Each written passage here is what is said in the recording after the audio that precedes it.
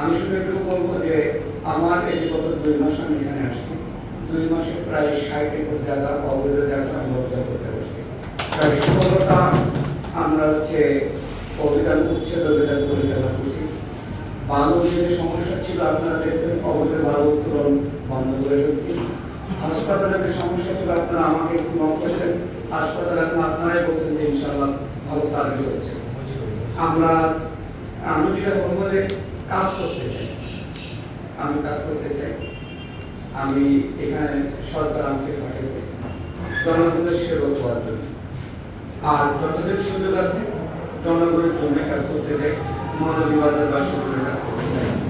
দু একটা বিষয় যেটা হচ্ছে যে মৌলভীবাজার মেডিকেল কলেজ এবং যে পর্যটন হাবের বিষয়, ছোট ছোট বিষয়গুলো নিয়ে আমরা শ্রীমঙ্গলে যে একটা রিসোর্ট করার জন্য প্রস্তাব পাঠানো হচ্ছে।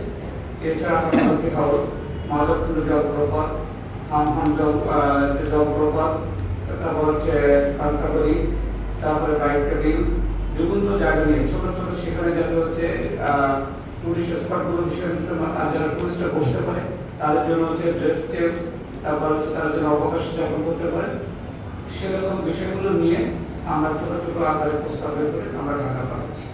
সামগ্রিকভাবে বলবো যে মৌলভীবাজার জেলাটা যেন ভালো থাকে, এখানকার মানুষ অত্যন্ত ভালো, তারা হচ্ছে যে শান্তিপ্রিয়, এবং এই সুযোগটা আমাদেরকে সামনে আসছে, আমরা কাজ করতে চাই। আপনারা জানেন যে সামনে আমি একটা প্রজেক্ট যেটা করছি, এই মাসের শেষ নাগাদ হয়ে যেতে পারে, সেটা হচ্ছে যে ক্লিন মৌলভীবাজার।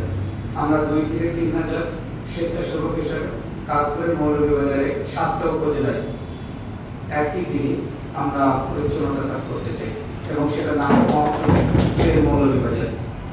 আমি সবাইকে ধন্যবাদ জানাই, যারা 24-এর গণ অভ্যুত্থানে যে যারা শহীদ হয়েছে তাদের আত্মার মাগফিরাত কামনা করছি, এবং যারা আহত অবস্থায় এখন হাসপাতালে অথবা বাড়িতে আছে তাদের প্রতি শ্রদ্ধা রাখছি এবং তাদের দ্রুত আরোগ্য কামনা করে